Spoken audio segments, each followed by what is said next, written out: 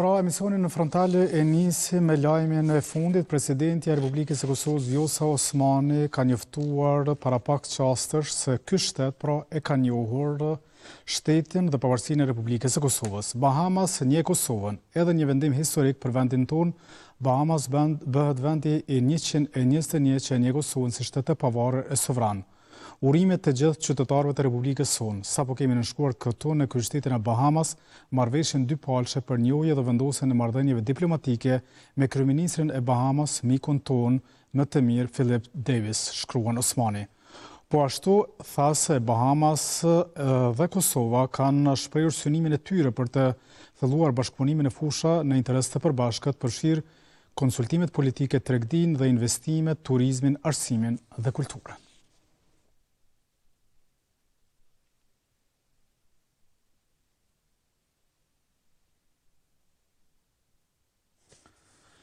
Përkohë flasim tash për presidentin e Shtetit Bashkuar të Amerikës Donald Trump, i cili në politikën e tij të mbrojtjes që nënshkroi pra Trump përmendet edhe Kosova, po ashtu përmendet edhe njohja ndërsjellë mes Kosovës dhe Serbisë. Pasditën e së enjtës nënshkroi aktin për autorizimin e mbrojtjes kombëtare. Në këtë dokument që u nënshkrua zyrtarisht nga presidenti amerikan Donald Trump, autorizohen mbi $901 miliard për programet e mbrojtjes. Në të është përfshirë edhe Kosova. Në fakt, shteti më i ri në Evropë përmendet 11 herë, sidomos për rrugën që duhet ndjekur me raportet ndaj Serbisë. Marrëveshja për rrugën drejt normalizimit të marrëdhënieve, e cila u dakordësua nga Kosova dhe Serbia më 27 shkurt 2023 me lehtësimin e Bashkimit Evropian, përbën një hap pozitiv përpara në avancimin e normalizimit ndërmjet dy vendeve. Serbia dhe Kosova duhet të synojnë të bëjnë përparim të menjëhershëm në aneksin e zbatimit të marrëveshjes së përmendur në paragrafin 1. Aty shkruhet se pasi të jetë bërë përparimi mjaftueshëm në aneksin e zbatimit, SBA duhet të shqyrtojë avancimin e nismave për forcimin e marrëdhënieve dypalëshe me të dyja vendet. Dhe marrëveshja përfundimtare mes shteteve duhet të jetë njohja reciproke. Shtetet e Bashkuara duhet të vazhdojnë të mbështesin një marrëveshje përfundimtare gjithëpërfshirëse ndërmjet Kosovës dhe Serbisë, të bazuar në njohjen reciproke. Në aktin që nënshkroi presidenti 47 i SBA-ve, thuhet se është politike e qeverisë amerikane të mos lejojë shkëmbimet territoriale në Ballkanin Perëndimor. Është politike e qeverisë së Shteteve të Bashkuara që të mos ndjek asnjë politikë që mbështet ose promovon shkëmbime territoresh, ndarje apo forma të tjera të rishikimit të kufive përgjatë vijave etnike në Ballkanin Perëndimor, si mjet për zgjidhjen e mosmarrëveshjeve ndërmjet shteteve të rajonit. Nënshkrimi i këtij akti nga Trump u përshëndet nga politikan e veprimtar shqiptaro-amerikan në SBA.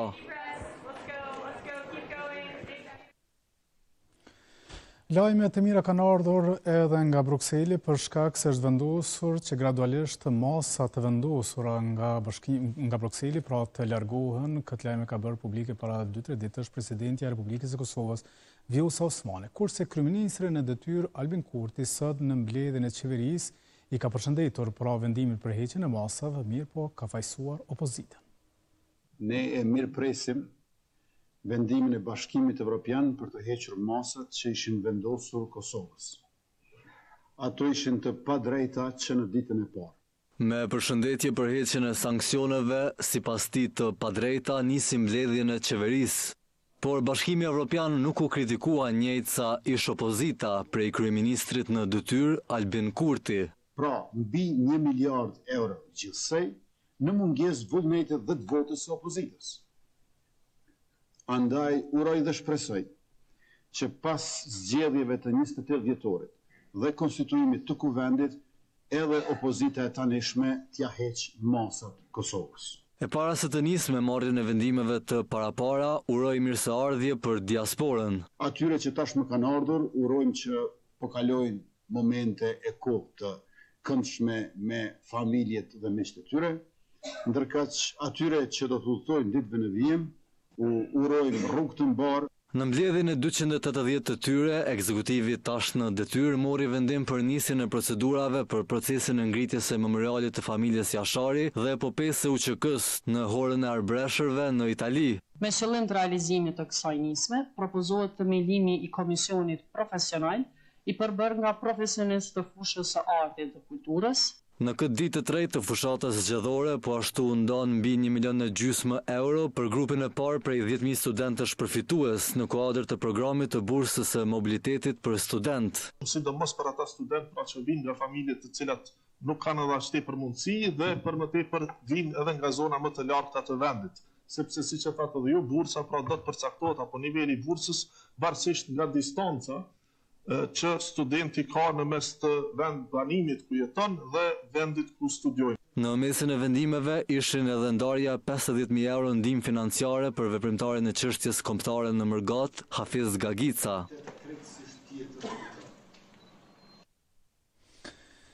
Gjykata themelore në Prishtinë e ka aprovuar kërkesën për hudhjen e aktakuzës ndaj Faton Klinakut dhe ka pushuar procedurën penale ndaj tij për veprën penale kanosje ndaj kryeministrit Albin Kurti, ndërsa procedurë penale do të vazhdojë vetëm ndaj të akuzuarit tjetër Nureddin Selmani. Në seancën fillestare me 23 shtator 2025, Faton Klinaku dhe Nureddin Selmani ishin deklaruar të pafajshëm. Klinaku kishte shkruar në Facebook me 29 gusht 2023 se më parë e vras Albin Kurtin sesa që do ta lëshonte Kosovën për të ikur pra nga vendi. Aktvendimi siguruar nga betimin në drejtësi është nxjerrë me 20 nëntor 2025 nga kryetari i trupit të gjykues, gjyqtari Rahman Beqiri, pas shërtimit të kundërshtimit të provave dhe kërkesës për hedhjen e aktakuzës të paraqitur nga mbrojtësi i Klinakut, avokati Ram Dreshaj. Ndaj këtij vendimi nuk lejohet asnjë ankesë në gjykatën e apelit.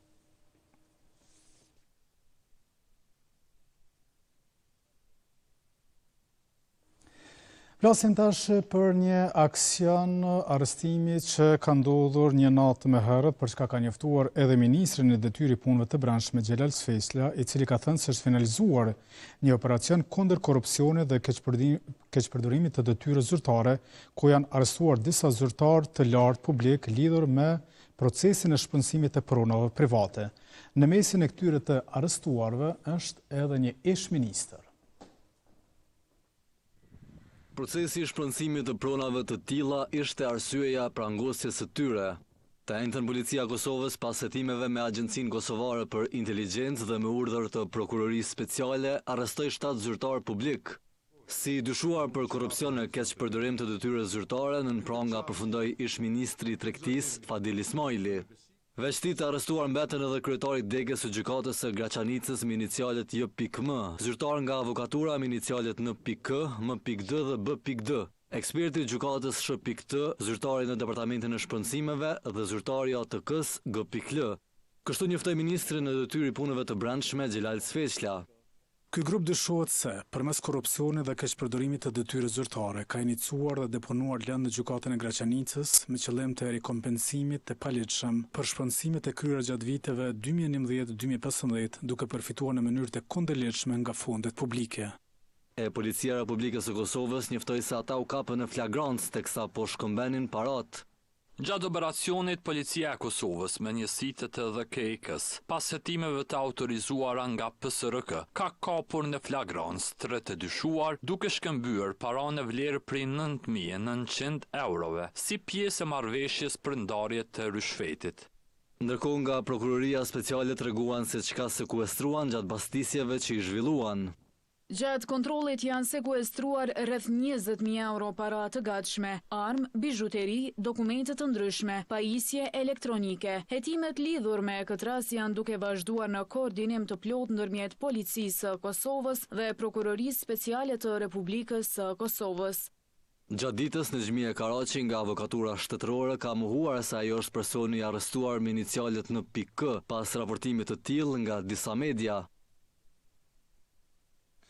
Flasim tash për ngjarjen të rëndë që ka ndodhur në Prizren, atje ka vdekur një vajzë 12 vjeçare e cila po trajtohet në spital nga gripi sezonal. Mirë po familja thonë se nuk pati neglizhencë nga ana e stafit. Për më të dashurën e tyre po presin me që të afërm. Familja Shala nga Mushtishti Suarekës të premten hapën të pame për vajzën që u vdiq një ditë më parë. Loresa Shala, 12 vjeçes, mbjetoi ndonse po trajtohej nga gripi sezonal në spitalin e Prizrenit. Për shkak të gjendjes emocionale, familjarët e 12 vjeçares nuk ishin të gatshëm të prononcoheshin para kamerës, të njëjtit pohojnë që nuk ka pasur neglizhencë të mjekëve gjatë trajtimit të saj. Sipas familjes, 12 vjeçaria ka qenë tash 4 ditë e prekur nga gripi sezonal, ku gjendja ju përkëtësua me datë 17 dhjetor. Para kësaj dite, ajo është trajtuar në një ordinancë private. Kilometra më tej se Suareka në spitalin e Prizrenit, detaje dhënë veç përmes një komunikate. Pacientja është pranuar në spitalin e përgjithshëm Prem Dr. Daud Mustafa në Prizren në repartin e pediatrisë më datën 17 dhjetor 2025 në orën 23:45. Ajo është trajtuar nga mjeku pediatër, duke ju nënshtruar trajtimit të plot klinik dhe laboratorik në përputhje me protokollet mjekësore. Me rastin po merren edhe policia e Kosovës. Ka marrë informacionin se ndërsa viktima, femër e moshës 12 vjeçare ka qenë duke trajtuar që nga data 17 pra një natë më përpara, rreth orën 23:50 është pranuar në spital dhe ka qenë duke trajtuar në spital.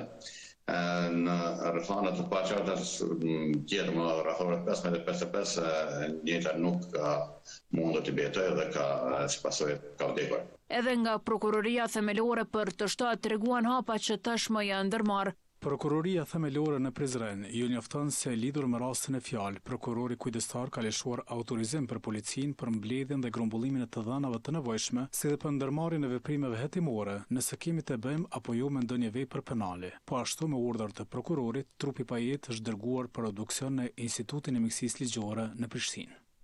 Varrimi 12 vjeçares do të bëhet të shtunën në fshatin Mushtisht.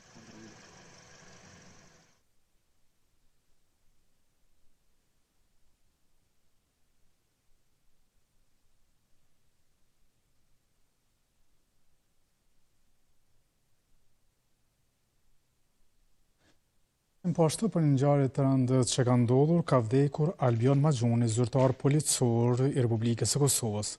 Për ndarjen nga jetat e Maxhunit, telegram ngushëllimi ka shkruar edhe sindikata e policisë së Kosovës.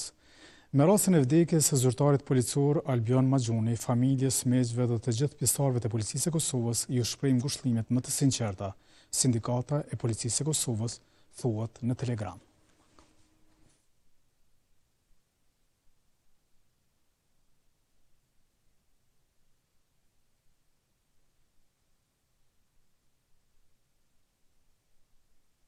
Kurse tash flasim për krimet që janë kryer gjatë luftës, sigurisht ditë kush ka kryer krime këtu në Kosovë, janë forcat serbe të cilët kanë vrarë, madje janë munduar edhe të fshehin të vrarët viktimat që i kanë shkaktuar. Në këtë rast, pra tash që janë bërë më shumë se 2 dekada që kur ka përfunduar lufta, shumë familje presin të afërmit e tyre, të cilat janë vrarë dhe të cilët figurojnë ende të zhdukur. Ndërkohë më shumë se 1600 persona ende figurojnë të zhdukur, kurse shpresa për të gjetur të paktën trupat e tyre vazhdojnë. Ndërkohë, Komisioni Qeveritar për persona të pagjetur ka vazhduar gërmimet me idenë për të gjetur mbetjet mortore në Rahovec. Përpjekjet po i vazhdojnë tash e 3 ditë. As kushtet e papërshtatshme atmosferike po i ndalin t'i gjejnë të zhdukurit nga lufta e fundit në Kosovë. Nga mërkura në përgjithësinë të Rahovecit ka nisur gërmimet për gjetjen e mbetjeve mortore. Në këtë lokacion mund të gjenden mbetjet mortore të 8 personave të zhdukur. Kësaj ky do të jetë edhe lokacioni i fundit për këtë vit. Më shumë detaje për ato që u gjetën dha drejtori i Institutit të Mjekësisë Ligjore Ditor Haliti. Sot është pra dita e 3 që po punojmë këtë lokacion. Deri me tani kemi gjetur mbetjet mortore të një individi, si dhe disa pjesë kockore të cilat kanë mbetur të verifikohen nëse janë me interes mjekëligjor apo jo. Po ajo që është më rëndësishme është që kemi mbetjet mortore të një individi të cilat janë dërguar në IML. Haliti tregoi numrin e përgjithshëm të lokacioneve që u gërmuan për 12 muaj. Kemi dikon 32 lokacione në cilat kemi gërmuar dhe zhvarrosur mbetjet mortore. Deri me tani janë gjetur mbetjet mortore të 22 individëve gjatë këtij viti të cilët tani janë në procedurat të ndryshme të ekzaminimit përkatësisht identifikimit. Veç Kosovës pati gërmime edhe në Serbi. Anden Hoti nga Komisioni Qeveritar për persona të zhdukur tha se patëm pengesa nga shteti serb. Ka ndodhur një zjarr i madh Koxha në atë pjesën Kozhli ku veç tashmë janë të bu punimet. Arsyetimi i tyre ka qenë që ka qenë në mbeturinë që 25 vite dhe që rastësisht ai ndodhi e zjarri, që natyrisht ne nuk jemi të prirur me besu që Serbia bën diçka rast. E kolegu i tij në Komision Kushtrim Gara tha se përpjekjet për gjetjen e të gjithë të personave të zhdukur do të vazhdojnë. Një gërmim që pastaj ka pasu nga ekipet mjekërigjore të administratës së Zornikut në vitin 2002 dhe së fundmi ka qenë në vitin 2007. Dhe në gjitha këto vlerësime ose gërmime nuk është arritur, po e them, të trajtohet tërësi hapësira e shënuar ose zona që ka qenë me interes këtë rast. Krahas punëve, përfaqësues të familjeve të pagjeturve shprehen të pakënaqur me institucionet shtetërore. Edhe normal që jemi të zhgënyer me të gjitha politikat të cilat nuk kanë arritur të bëjnë presion akoma më të madh për ta zgjidhur këtë problem një herë për gjithmonë. Ky është më tepër se sa mision human, është mision politik. Për shkak të kushteve atmosferike, gërmimet në përgjin të Prizrenit u ndërprind të pramtën përkohësisht, kurse pazite filluan sërish ku gjetën mbetjet mortore edhe të një personi. Emisionin frontale vazhdojmë me bisedën e studiut, do flasim për zgjedhjet e jashtëzakonshme që do të mbahen me 28 dhjetor. Pjesë e kësaj gare zgjedhore është edhe nisma socialdemokrate, e cila ka hyrë e vetme në këtë garë. Një ditë më herët e ka pasur hapjen zyrtare të fushatës elektorale dhe ne kam ftuar në studion e emisionit frontal deputetën aktuale të Kuvendit të Kosovës, sigurisht është në garë për të qenë edhe pjesë e Kuvendit të Kosovës edhe në zgjedhjet e jashtëzakonshme, Arbresh Krasniqi. Arbresh, mirë se erdhe. Faleminderit për ftesën. Faleminderit shumë që je pjesë e emisionit frontal. Një ditë më herët e pat hapjen zyrtare të fushatës. Qysh shkoi? Arsim ne jemi me zemër plot, me besim të madh, me mbështetje nga qytetarët anëkënd Republikës Kosovës, me një vullnet, me një gatishmëri, me punë të pandalshme. Dhe unë jam e bindur që dëshmia më e fuqishme ishte mbrëm hapja fushatës nismës për zgjedhjet e jashtëzakonshme të datës 28 dhjetor dhe një mos e tillë e respektuar, një mos që shfaqi emocion vazhdimisht gjatë gjithë asaj kohe, ishte diçka e jashtëzakonshme, ishte diçka që me të vërtetë po vazhdon të na jap edhe zemër, edhe besim, të na rres edhe motivin që ne fuqishëm të shkojmë drejt datës 28 dhjetor. Dhe unë jam e bindur Arsim që numri 122 me të vërtetë ka dëshmuar edhe dje gjatë këtij takimi që është i vetëm numër në këtë garë që me të vërtet po e bën bashkimin. Dhe ky bashkim ka filluar nga baza dhe po vjen në drejtim të Kuvendit të Republikës Kosovës. U fol dje shumë për bashkim. Çka është ky bashkimi? Zoti Limaj me krenari të madhe, me besim, gjithashtu me punë të pandalshme, gjithherë ka qenë një prej personaliteteve që ka çmuar, ka vlerësuar bashkimin, bashkëpunimin, format të cilat janë pothuajse të vetmet, të cilat të dërgojnë në drejtim të rezultateve të mira dhe të suksesit. Prandaj edhe ky është besim absolutisht në bashkim dhe ne për çdo ditë më shumë po i ftojmë qytetarët që të bashkohen rreth figurës së zotit Limaj, të bashkohen rreth numrit 122 dhe ky numër do të jep garanci që në Kuvendin e Republikës Kosovës atje do të ndodhë një bashkim më i madh. Prandaj nisma është e bindur që në Kuvend të Kosovës do të jetë me më shumë se 6 deputet, duke e parë një mbështetje të madhe të qytetarëve, të cilët janë rreshtuar dhe janë bashkuar me numrin 122 pavarësisht ku kanë votuar dje, pavarësisht bindjeve të tyre politike e partijake. Ata janë bërë bashk për ta mbështetur numrin 122, për t'i dhënë fuqi e për t'i dhënë mbështetje liderit tonë zotit Limaj dhe që ky bashkim e kjo fuqi e kjo votë e qytetarëve të Republikës Kosovës do ta bëjë diferencën dhe unë jam e bindur që kështu nisma në kuvend me një numër më shumë se 6 deputet, atje do të ndodhë një bashkim i madh dhe është e vetmja alternativë që nuk do t'ja lejoj lëvizjes e vendosje që ta udhëheq më Republikën e Kosovës. Por nisma në zgjedhjet e fundit, pra në zgjedhjet që u mbajtën në shkurt të këtij viti, i pat 3 deputet duke qenë në koalicion me parti tjera. Tash, si mund t'i ketë nisma 6 deputet vetëm? Nisma në zgjedhjet e shkurtit e ka dhënë maksimumin. Dëshmi e qartë që nisma ka mbështetje qytetare është komuna Malisheves, bastioni jonë. Atje kemi pas rritje dhe kemi vazhduar që ta kemi rritjen. Gjithashtu kemi edhe qytete tjera në Kosovë, të cilat kanë dëshmuar mbështetjen për liderin Limaj dhe politikat e nismës. Prandaj edhe kjo për çdo ditë më shumë edhe po rritet, edhe po fuqizohet, e njëkohësisht jemi po këta njerëz e këto personalitetet që për çdo ditë ja u japim dorën qytetarëve, bashkëbisedojmë me ta, diskutojmë çështjet e cilat tani më janë të rëndësishme për vendin dhe gjithsesi kjo po përkthehet në besim e në mbështetje për nismën, për numrin 122 dhe për vetë liderin Limaj.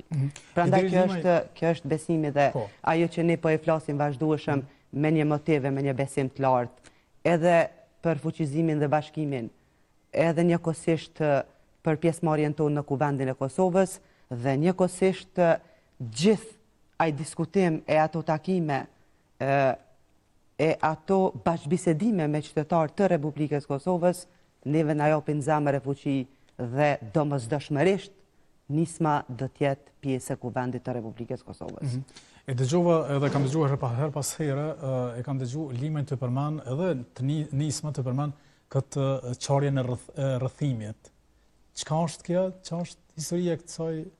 Arsyeja që po përdoret duke pa thirrjen e qytetarëve anë kënd Republikës Kosovës, shumë personalitete, njerëz të dëshmuar të Kosovës dhe duke kërkuar nga zoti Limaj që të bëhet një bashkim, sidomos në këtë çështje me Partinë Demokratike të Kosovës dhe ne të gjithë strukturat e nismës socialdemokrate pothuajse e kemi mirëpritur një kërkesë të tillë nga shumë qytetarë të Kosovës dhe ky ka qenë një prej momenteve tona më të rëndësishme që të bëhet vërtet një bashkim i madh, të jemi të përbashkët në një listë me Partinë Demokratike të Kosovës dhe emocionalisht e shpirtërisht të gjithë ne, edhe kryesia qendrore, edhe vetë zoti Limaj, edhe të gjitha në ndeg të dek në Kosovë, kemi qenë të përgatitur që ne do të jemi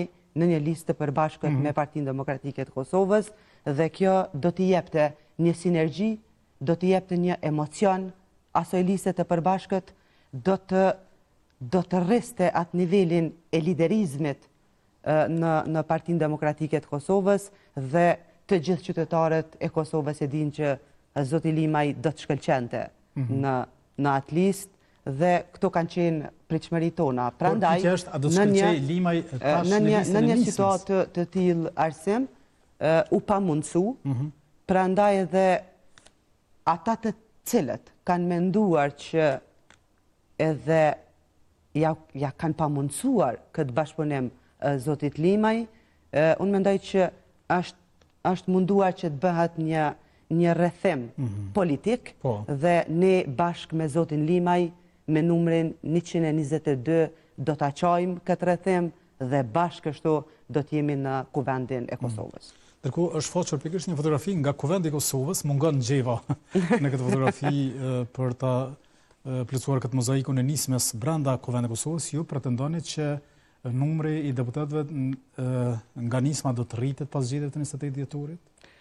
Ne të gjitha matjet që i kemi, Arsim, si them, para një jave nisma është në mbi 35.000 qytetarë që mbështesin liderin Limaj dhe për gjatë kësaj një jave apo 10 ditëshit nisma është edhe më e fuqishme dhe më e bashkuar, sepse të gjithë ata qytetarë të Kosovës të cilët e kanë dëshiruar bashkimin, kanë punuar që zoti Limaj të jetë bashkë me Partinë Demokratike të Kosovës, të gjithë ata qytetarë të cilët e njohin kapacitetin, përvojën, guximin, liderizmin, profesionalizmin, atë dashurin e Zotit Limaj, të gjithë ata janë bërë bashkë dhe i kanë ofruar e po duan t'ja ofrojnë mbështetjen liderit Limaj. Dhe si rezultati gjithë kësaj narrative që është krijuar e kësaj dëshire, e këtij emocioni qytetar për t'i dhënë mbështetje Zotit Limaj, unë jam e bindur që Nisma do t'jetë në kuvend me më shumë se 6 deputet.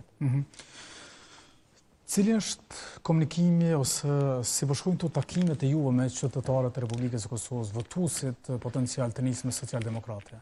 Ne kemi votues që pothuajse me të gjithë kemi bashkëbiseduar, jemi takuar, vetë Zoti Limaj ja u ka dhënë dorën dhe ata të gjithë kanë një emocion të veçantë për liderin Limaj dhe ato struktura tona të cilat janë të përgatitura për t'i dhënë fuqi e mbështetje numrit 122 dhe liderit Limaj, ata në teren janë duke bërë angazhimin maksimal, duke ftuar qytetar të Kosovës që të na bashkohen në numrin 122 dhe kështu duke ftuar qytetar, degët, në ndegët tona, aktivistët tonë, ne për çdo ditë më shumë edhe kemi takime, edhe për çdo ditë më shumë po rritemi. Unë jam e bindur që numri 122 vërtet është simbolika, është numër i vetëm në këtë zgjedhje që garanton edhe bashkim dhe njëkohësisht pas datës 28 dhjetor do të shihet qartazi që do të garantoj edhe një fuqizim dhe një fuqi më të madhe të grupit tonë parlamentar në kuvendin e Republikës Kosovës. Ne pothuajse Arsim, mbi 2000 aktivisti kemi në teren. Ata për çdo ditë po e bëjnë punën e tyre të shkëlqyeshme, me dashuri, me qetësi, me ftesa, me diskutime të cilat janë shumë përmbajtësore dhe kuptim plota, me qëllimin e vetëm që ta mbështesim liderin Limaj, një personalitet me një background të tillë, duke filluar jeta e tij nga aktivitetet në jetën studentore e deri te ajo që tani më secili qytetar i Republikës Kosovës dhe mbartrojeve shqiptare e njohin personalitetin e Zotit Limaj si komandant Qeliku, një prej komandantëve të dëshmuar dhe të zot në Ushtrinë Çlirimtare të Kosovës, prandaj po e them që të gjithë ata aktivistë, të gjithë strukturat tona, deg, e nën deg, e kudo tjetër, të gjithë ato zamra të cilat e kanë dëshiruar bashkimin e Zotit Limaj, ata po e bëjnë maksimumin që Nisma të kthehet në kuvendin e Kosovës. Se më të drejtë ka po flet ti po banë që shtu, ndërkohë Limaj kështu faqi simbolin jetë që është kjo funa. Janë dy personalitetet të respektuara, të vlerësuara.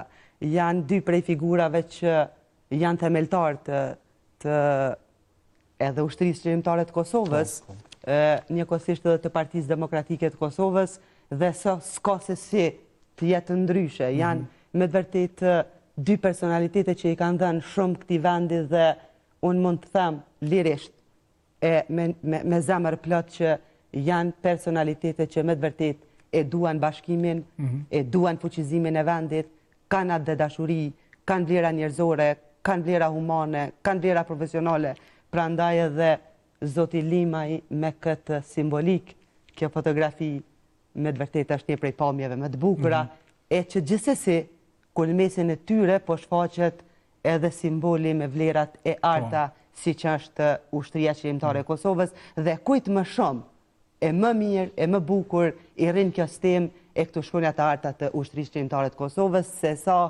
ish presidentit Hashim Thaçi dhe komandant Qelikut, kryetarit e liderit tonë Zotit Limaj.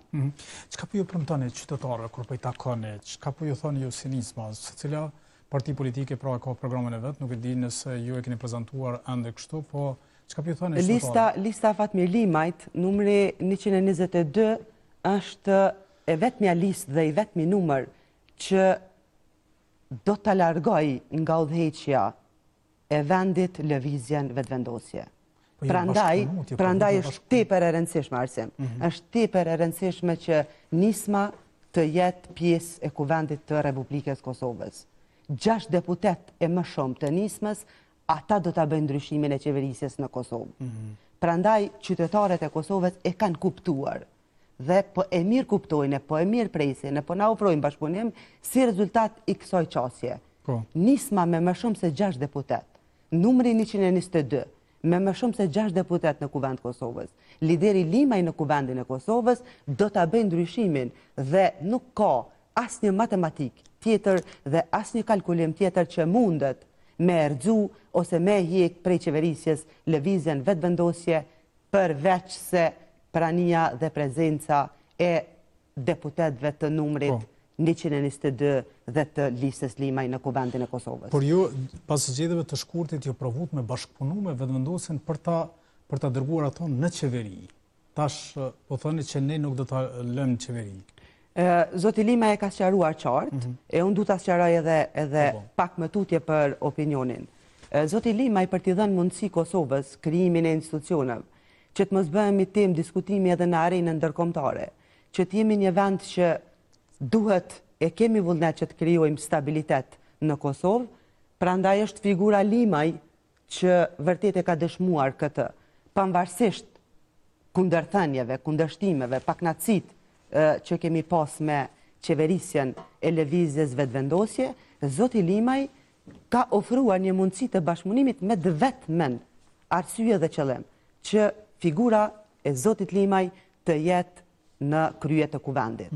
Dhe unë mendoj që këtë qytetarët e din, po të ishte zoti Limaj një prej udhëheqësve të kuvendit, nuk do të njolloset diaspora në Kosovë, do të çmohet e do të vazhdonte të rritej rëndësia dhe vlera e ushtrisë qeverimtare të Kosovës, do të ndjeheshin më rehat me figurën Limaj të gjithë veteranët e ushtrisë qeverimtare të Kosovës, do të ndjeheshin më të përfaqësuar të gjithë intelektualët, mësimdhënësit, mjekët, punonjësit, bujqit, të gjitha shtresat në Kosovë do të ndjeheshin edhe më komod, edhe më rehat, edhe më të përfaqësuar me zotin Limaj kryetar kuvendi. Kjo nuk ka ndodhur dhe ne nuk kemi lejuar dhe nuk kemi dashur që të jemi pjesë në asnjë situatë, në asnjë rrethon, pjesë e bashkëpunimit qeverisës me lëvizjen vetëvendosje dhe prandaj edhe nisma ka dëshmuar që ka vot kundër për Albin Kurtin dhe ka vot kundër për mendësinë e qeverisës së tillë, por ka vot pro nëse zoti Limaj do të jetë kryetar kuvendi. Po e them edhe një herë, kjo nuk ka ndodhur, por jam e bindur që në këtë situatë që jemi, në edhe pak të ditë që na kanë mbet të fushatës së zgjedhjeve të jashtëzakonshme drejt datës 28 dhjetor, i ftoj të gjithë qytetarët e Republikës Kosovës, të cilët e duan, e vlerësojnë, e çmojnë kontributin e liderit Limaj, edhe në luftë, edhe në paqe, edhe në ushtrinë qeverimtare të Kosovës, edhe të gjithë ata banor e sidomos me fokus të veçantë të maleve të Berishës, mbi 85.000 banor të mbrojtur, ato familje, ata fëmijë, ato gra, ato nëna, ato vajza të reja, të gjithë ata qytetarë, i ftoj që të jenë në bashkëpunim, e në bashkim, e në vot në besim për numrin 122. Sepse nuk ka siguri më të madhe, e nuk ka garanci më të madhe, se sa vetë vota për numrin 122 dhe për komandant Qelikun e liderin Limaj. Po përmbyllim këtë bisedë me këtë porosim e sarqe dhe për shikuesit e televizionit të shtatë. Falenderoj shumë që ishte në emisionin frontal. Faleminderit juve shumë. Ndërkohë ne shikues të nderuar, vazhdojmë emisionin frontal me informacione të tjera. Kosovarja Pranvera Hyseni, shkencëtare planetare dhe kozmokimiste nga ushtria, ka ndarë një moment të jashtëzakonshëm nga karriera e saj shkencore, duke zbuluar se ka pasur mundësinë të operojë teleskopet më të avancuar të NASA-s në samitin pra që është mbajtur dhe kjo ka treguar suksesin e saj të arritur atje. Përmes një postimi në rrjetet sociale, Hyseni ka shprehur emocione dhe menjujet në këtë përvojë unike, duke theksuar se ende i duket e pabesueshme që do të jeton një ëndër të tillë profesionale. Ajo ka bërë të ditur se përveç operimit të teleskopëve të NASA-s, ka testuar edhe teknologjinë më të re të kompanisë senior botërore, pra lider botëror në pajisjen astronomike.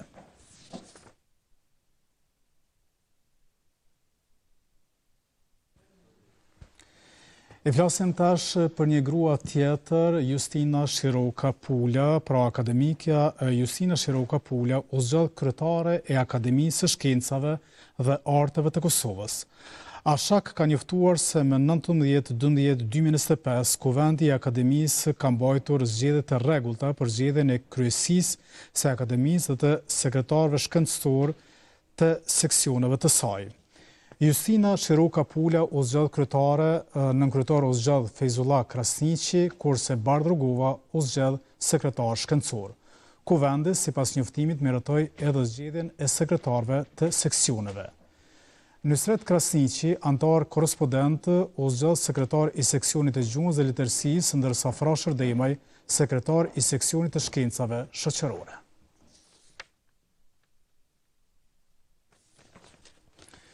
Ndërkohë emisionin frontal e vazhdojmë me një shqetësim që po kanë prindrit dhe nxënësit, pra disa prej tyre të cilët janë duke e vijuar mësimet në shkollën Mihail Grameno. Ka disa javë që atje po mungon mësuesja e muzikës dhe tashmë është zëvendësuar me një mësues tjetër. Kështu që, duke qenë se nxënësit kanë mbetur të panotuar, ata të cilët janë në klasën e 6 po detyrohen fillimisht ta përfundojnë ciklin e paraditës, më pas të shkojnë në shtëpi e më pas të kthehen për të vlerësuar nga mësuesja e ri. Kjo ka sjellur probleme tek prindrit, për çka janë ankuar edhe në shkollë dhe në drejtori. Lëndën e artit muzikor nuk pati kush ta mbaj për 3 javë në një shkollë të Fushë Kosovës. Pas kësaj periudhe, nxënësit e 3 klasave të gjashta në shkollën fillore Mihail Grameno u desh që orët e humbura t'i kompensojnë me ardhjen e mësimdhënëses së ri. Por vendimi që këto orë të mbahen pas dite ju duke pa drejt prindërve. Mirë po nga ky institucion arsimor thonë se në bazë të udhëzimit administrativ morën vendimin që për 3 javë të zëvendësohen orët në këtë mënyrë.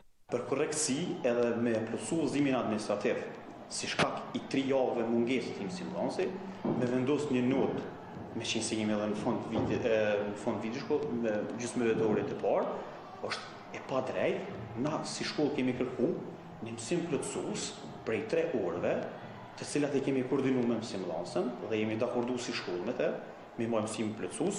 Për shkak të orarit të saj të punës që aja ka paradite edhe në shkollat ku veç e ka kontratën atje në Bajramsor, ne jemi detyruar me marrë mësim në një orar i cili është pasdite. Kostanica thot se dritë të premten nuk pati asnjë ankesë në drejtim të shkollës për këtë situatë.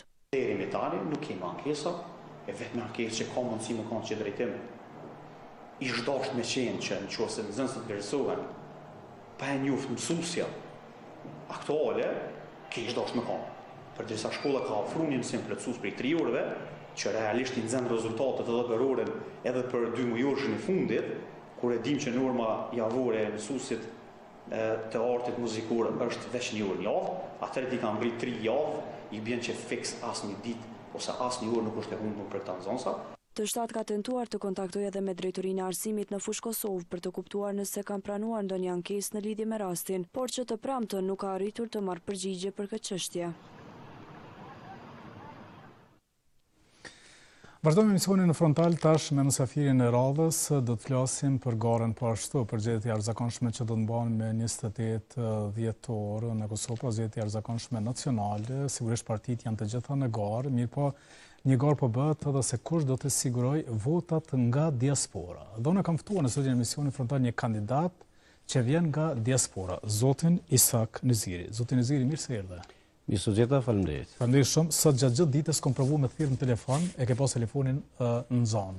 Është se mas e vërtet për shkak se në mëngjes kur u zgjova mendova se të thras 99 persona, po më kanë dalë më shumë kësaj herë, kështu që tankohen kam qenë telefonata. Ai realizuat? Absolutisht po. Se unë kom provu disa herë dilke në zonë, thash garant e pas kanë ndro numrin. Jo, numri nuk ndrohet, këtë numër të Kosovës. Jo numrin e telefonit. Jo. As numri i telefonit jo, në asnjë mënyrë, për shkak se e kanë të gjithë qytetarët e Kosovës, ata të cilët më njohin, ata të cilët më ndjetojnë në faqen tonë, kështu që edhe në Gjermani kur shkoj e marr me vete, kështu që jam gjithherë në lidhje. Mirë, po sot vërtet ka qenë pak linja ngarkuar për shkak se është dashur me thirr 99 çka ju tha? Kemi kalu. E kemi kalu dhe numrin, por 99 ka qenë qëllimit. Po. Dhe çfarë bisedove me ta? Për mua ka qenë interesant me ndëgju në realitet ata çka mendojnë. për fushatën tonë, që ka mendojnë për Partinë Demokratike, për programin tonë, mirë po ka rezultu vërtet që pozitiv të gjitha ato mesazhe që kanë ardhur në rrjetet tona sociale apo edhe në telefonin tonë, ka rezultu pozitiv dhe është një kënaqësi vërtet që te I kontaktosh e një ngrohtësi nga qytetarët, kjo më ka bo edhe më të lumtur që vërtet vazhdoj mos ndalim në asnjë formë. Ata numra e ke sill veç kështu apo I ke pas numra? Jo, ka shumë prej tyre që kanë shkruar numrin e tyre telefonit në kontaktet tona, në rrjetet tona dhe na I kemi thirrë të gjithë. Jo, më ndodh thashë ndoshta e ke sill edhe kështu rastësisht për më po, besoj që nuk ne kemi shumë numra telefonit në listën tonë, mirë po për mua ka qenë prioritet ose ato thirrjet ti marrim në realitet ata të cilët kanë shkruar në rrjetet tona, ata kanë pas prioritet, po kemi thirrje të tjera. Po. E nga këta tjerët, për shembull, a kish njerëz që eventualisht nuk e kanë mirëprit telefonatën që ajo ke bën se diçka ngjashme? Asnjë. Asnjë. Të gjithë kanë qenë të lumtur, të gjithë kanë qenë të befasum që në realitet e kanë pas si një realizim I diçkaje që po premtohet dhe po bëhet. Është kjo që unë e du që... Pse atë ki numrin listë në 99? Numri I listës është në 99, kjo ka qenë arsyeja. Folë o bursës, kjo ka qenë arsyeja. Ma partia e jonë, Partia Demokratike në 130, dhe unë me numër në 99, si edhe në herë në kalume. Po. Ju vini nga diaspora, ti ke qenë edhe më herët, domethënë edhe në zgjedhjet e shkurtit ke qenë në garë për deputet, nuk arrite më bua për deputet, je sërish në garë, po më intereson sepse po më duket fokusi I partive politike është te votuesi diasporës. Qysh qëndron diaspora, votuesi diasporës në raport me partitë? Po, në kam qenë në garë edhe herë në kalume, në zgjedhjet e 9 shkurtit, është e vërtet, kam qenë atë me numrin 99. Mërgata ose partitë që shohin në realitet mërgatën për një si vot ose si hamar votash, unë mundem me thënë që rezultati ka ndrru minimalisht, e dim të gjithë edhe në numër të kandidatëve, por edhe në numër të deputetëve kanë fjalën, por edhe në përqindje ka ndrru minimalisht, do të thonë është numër I vogël. Është kriju ky mit që vërtet mërgata e shtyn shumë partitë në Kosovë ose I jepet shumë vot, por rezulton si pas numrave, që pas përqindjes se nuk është reale. Por kësaj herë shpresojmë që do të ndërronë dhe do të duket realiteti vërtet që mërgata din të votoj, din të vlerësoj punën e ma hershme të partive tona, të shtetëdërtimit dhe të presin deri më 28 dhjetor. Po, Albin Kurti ishte në Zvicër, pra mërgata u pa që kanë një respekt, një mbështetje për lëvizjen vetëvendosje të Albin Kurtin. Ta them të drejtën, ato nuk I shoh.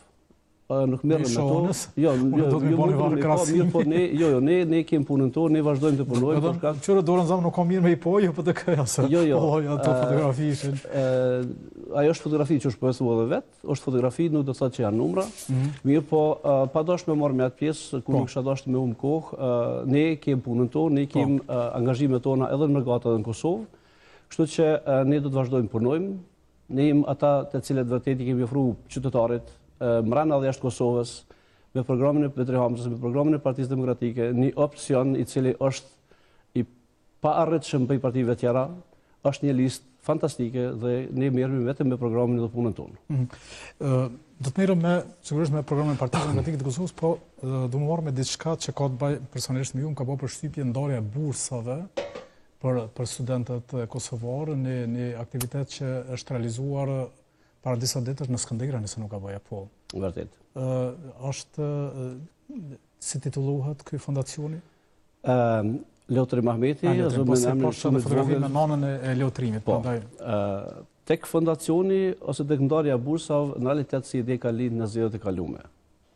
Po, kështu është nana Shukri, nana Leotrimit, ku unë jam minjos dhe falënderues të familja Ahmeti në veçanti për nëna Shukri për shkak se një ëndër, po e tham kështu që unë e kam pas ose si ide nga zgjedhjet e kalume, kemi arritë të realizojmë. Nuk ka të bëjë me fushat në asnjë formë, për shkak se ne e kemi pas ide në zgjedhjet e kalume dhe ne nuk e kemi ditë që kemi me shku prapë këtë vit në zgjedhje, por kemi vazhdu, kemi punu pa ndërprej dhe kemi fillu në themelimin e fondacionit Leotri Mahmeti në Minhen në muajin prill dhe është përfundu në fund të tetorit. E që është kjo fondacion? Po, do të ndërlidhemi të kjo pjesë, të më thonë të kjo periudhën për i prillit dhe në fund të tetorit, jemi marrë me infrastrukturën ligjore e cila neve na ka është dasht me përmbush të gjitha rregullat, të gjitha kërkesat e shtetit gjerman, për shkak se fondacioni është themelu dhe është me qendrën në Minhen. është i antarësuar edhe me shoqata dhe organizata jo qeveritare në Gjermani, ku kem edhe partner më në vetës tash këtas ku jemi ne bashkë me ta shoqatat e ndryshme gjermane, po edhe të nacionalitetet të tjera. Qëllimi i fondacionit atë çka unë kam ndjej si person që mundi me ndihmu përmes Leutrim Ahmetit, e para ka qenë ideja që Leutrim Ahmeti edhe shumë leutrimat e Kosovës janë mbi 1300 evram, mos të mbesin vetëm po e thamë si fëmijë të vramt në luftën e fundit të Kosovës, mirë po të mbesin në histori. Dhe përmes Leutrim Ahmetit, përmes këtij fondacioni, është e mundur të përfitojnë nxënës të shkollave të mesme, ku ne kemi thënë kësaj here, nxënës të shkollave të mesme me qëllim që ne të ngrisim ose të kemi një databazë të nxënësve të shkëlqyeshëm, ku ne kësaj radhe kemi përzgjedhur 30 në vitin 2025. Qyshin përzgjedhur për shembull? E kemi thirrur drejtoritë e arsimit të komunat e Kosovës. Këtë herë kemi pas 8 komuna, 30 nxënës. Dhe nga viti i ardhshëm është në planin tonë, në programin tonë të fondacionit që vërtet të përfshihen të gjitha komunat e Kosovës dhe shpresoj nëse shkon çdo gjë sipas planit, atëherë vetëm janë minimumi 300 nxënës të Kosovës të shkollave. Çfarë zgjedhë për shembull ata drejtorët e drejtorive që i përgjigjen ata nxënës? Për shkak kushteve, për shkak suksesit, për shkak cilat janë kriteret që njerëzit na dëgjojnë ndoshta edhe Absolut. Faleminderit shumë që kam këtë mundësi, do të sqarojmë pika pak më gjatë ndoshta, është shumë e rëndësishme, po ne kemi zgjedhur kësaj herë suksesin. Kemi thënë që do i favorizojmë nxënësit e shkëlqyeshëm, të cilët vërtet kanë një sukses, e di që janë më të shumë se ata që kemi përzgjedhur, mirë po kjo është vetëm nisma. Dhe brenda vitit të ardhshëm dhe në vitet në vijim, që kjo nuk do të shuhet asnjëherë si fondacion, do të përfitojnë më shumë nxënës të Republikës Kosovës, nxënës të shkollave të mesme, të cilët kanë një sukses, ku ne mendojmë mbas përfundimit të shkollës mesme, gjatë studimeve ti përcjellim me punën sezonale që ne kemi pas tash 15 vite, por edhe të identifikohen nxënës të cilët vërtet kanë nevojë, pse jo edhe deri tek universitetet më prestigjioze, dhe kështu mendojnë që ne mundemi të ruajmë dijen e këtyre nxënësve, të këtyre njerëzve, rinin tonë të nalin në Kosovë. Por pak e përmendë ti, po megjithatë, po më intereson sepse tash kur në kohë fushatë ndodh kjo, mund të tingëlloj pak edhe si fushatë. Mas e vërtet, mundet me t'inglu, mirë po nëse që po të nësova më herët. Ne kemi fillu në muajin prill për rregullimin e dokumentacionit. Në shtetin ku ne jetojmë në Gjermani, atje domethënë ka kriteret të ndryshme ose kriteret, po i them, më strikte që është dashur të përmbushen të gjitha. Edhe ne si antar që kemi themelu fondin, por edhe më gjerë antarët tonë duhet të jenë të gjithë ata që pikë pari nuk janë në kundërshtim me ligjin në shtetin gjerman. E dyta të jenë të gjithë të gatshëm të dhanë kohën e tyre ose të jenë të gatshëm me u përgjigj fondacionit në forma mënyra të ndryshme kur fondacioni ka nevojë, me punën tonë, angazhimin tonë, për shkak se ne mendojmë të zgjerohemi minimalisht në Gjermani komplet, po edhe jashtë Gjermanisë.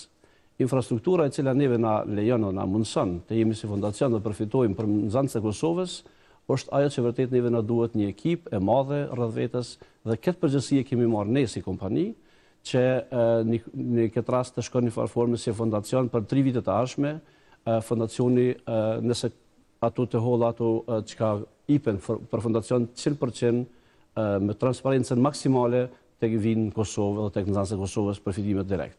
Kështu që kjo është ajo çka ne kemi dashur që nga fillimi.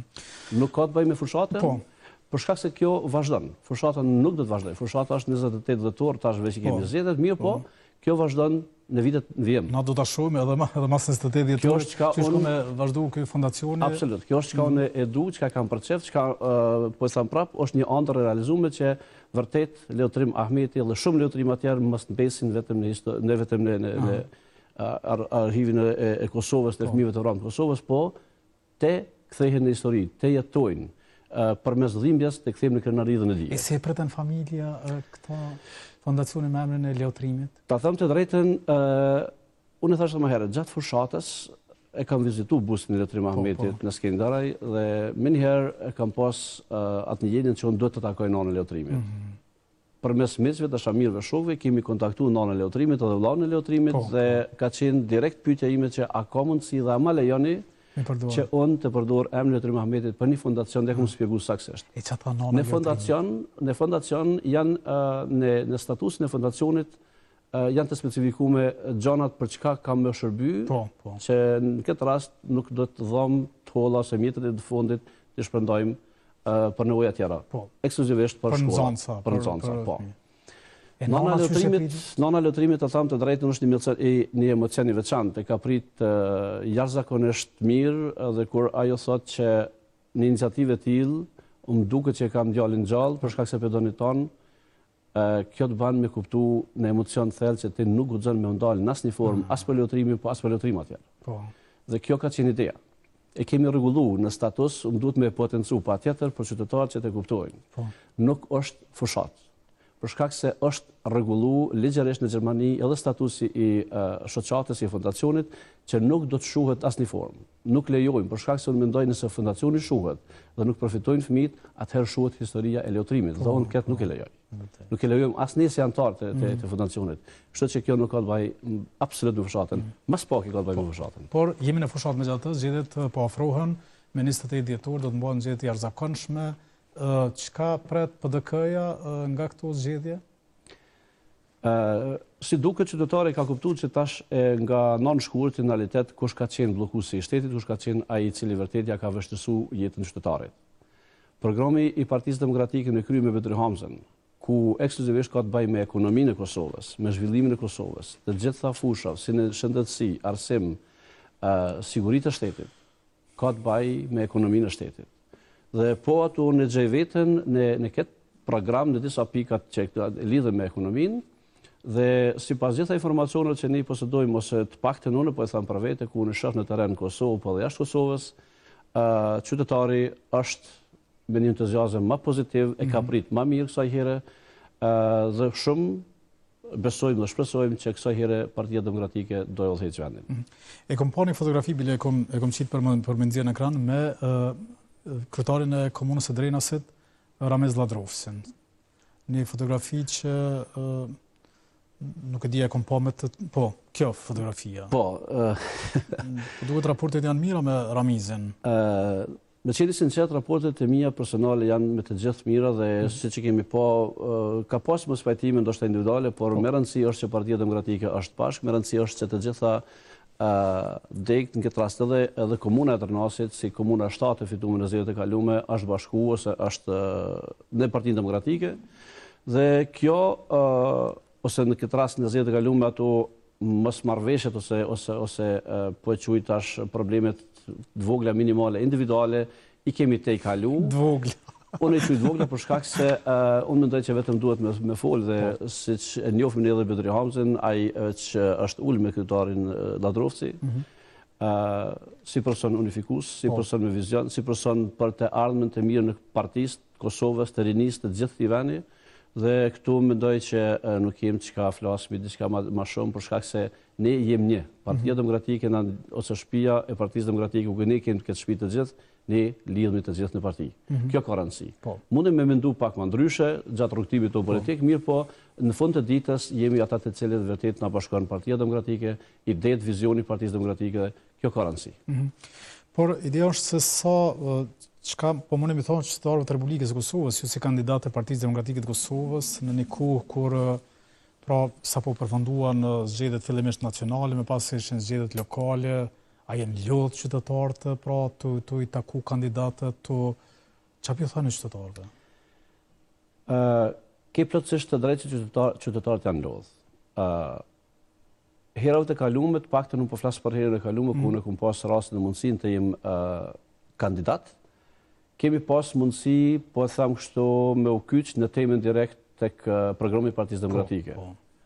Tash e kemi pak më të vështirë, mirë po qytetari e kupton situatën e Kosovës, e kupton edhe ose na kupton edhe neve si deputet, që kemi masat e nevojshme të i takojmë qytetarët. Masat e nevojshme të ja shpjegojmë edhe një herë mundësinë që Partia Demokratike na ofron neve si shtet, si qytetarët e Kosovës, që të kemi vërtet një jetë më të dinjitetshme, që të kemi një arsim më cilësor, që të kemi paga të dinjitetshme dhe kësaj mundemi me shku përpara, bashkë përpara, ku edhe slogani i partisë ndërlidhet. Në këtë rast, ne qytetarëve të Kosovës i ofrojmë programin e Partisë Demokratike, i ofrojmë mundësitë dhe vizionin individual nga ne, i cili ndërlidhet me parti, i cili ndërlidhet me programin e partisë.